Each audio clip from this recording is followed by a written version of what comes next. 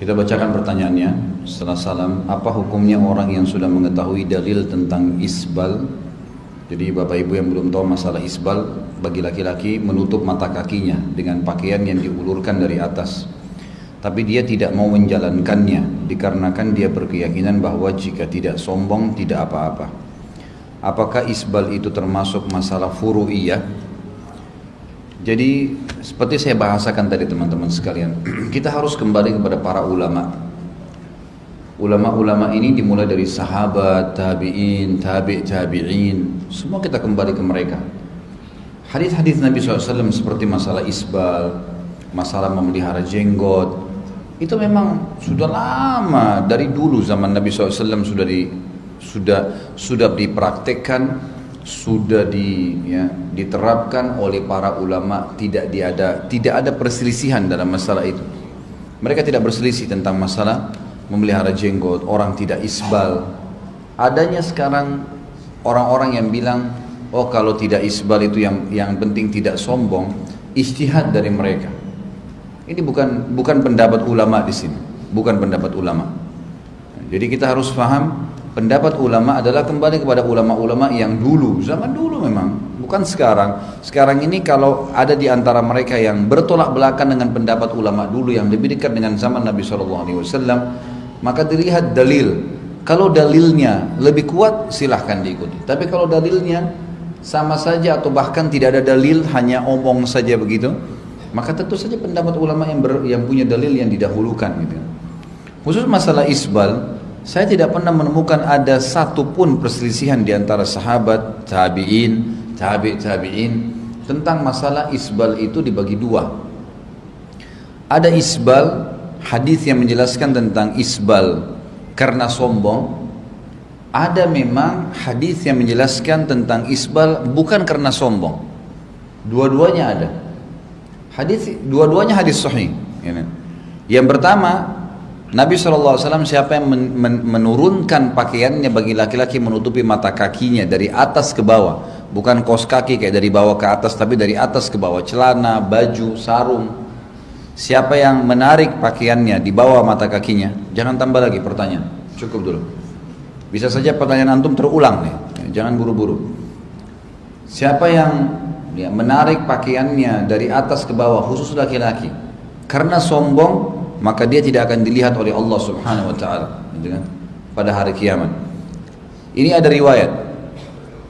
Riwayat yang lain, Abu Bakar radhiyallahu anhu waktu mendengar ada sabda Nabi SAW, orang kalau sholat mata kakinya tertutup batal sholatnya, maka beliau mengatakan, ya Rasulullah, saya ini kalau sholat karena badan saya kecil, maka seringkali sarung saya melorot sehingga menutupi mata kaki saya. Apakah saya termasuk dalam ancaman itu? Sholatnya tidak sah. Maka kata Nabi SAW, kau tidak termasuk di dalam itu. Kau tidak termasuk di dalam itu. Banyak orang salah paham nih. Dia narik hadis Abu Bakar ini tentang masalah melorotnya pakaian beliau, gitu kan? Maka yang kata Nabi SAW, kau tidak melakukannya, kau tidak seperti itu, atau kau tidak seperti orang yang sombong. Berarti di sini yang penting tidak sombong, tidak apa-apa. Fahami, Abu Bakar melorot pakaiannya, gitu kan? Bahkan dalam hadis dikatakan illa an ata'ahadahu, sampai saya menahannya baru dia tidak melorot. Artinya memang melorot betul, bukan dibuat-buat gitu. Bagaimana bisa anda tarik hadis ini kepada bolehnya, yang penting tidak sombong? Karena jelas-jelas dalilnya. Ada hadis yang lain, isbal yang kedua, itu tadi kalau sengaja dengan ada kesombongan. Kalau orang tidak sengaja bukan karena sombong, sabda Nabi SAW, 3 orang yang paling berat siksaannya hari kiamat, tidak dilihat oleh Allah, kemudian Allah juga tidak mensucikan, tidak membantu mereka di timbangan amal hari kiamat.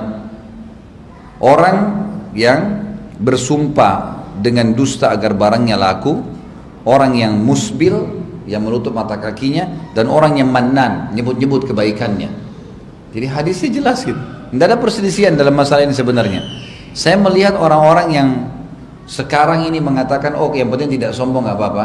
Mereka tidak punya rujukan ulama. Tidak ada rujukan alim ulama dari sahabat, dari tabi'in, generasi-generasi awal.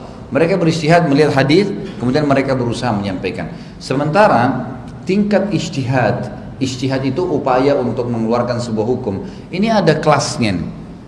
Ada ulama mengatakan yang sampai pada tingkat ijtihad adalah seorang alim ulama yang memang sudah mempelajari secara global dalil berhubungan dengan masalah sub-bahasan yang sedang dibahas. Misal masalah batalnya wudhu, sampai detail dia datangkan semua dalilnya, kemudian dia berijtihad mengambil sebuah kesimpulan setelah mendalami itu. Dan itu seorang alim ulama. Bukan umumnya kita, kalau kita ini baca buku saja kemudian ambil kesimpulan otodidak, itu berbahaya sekali.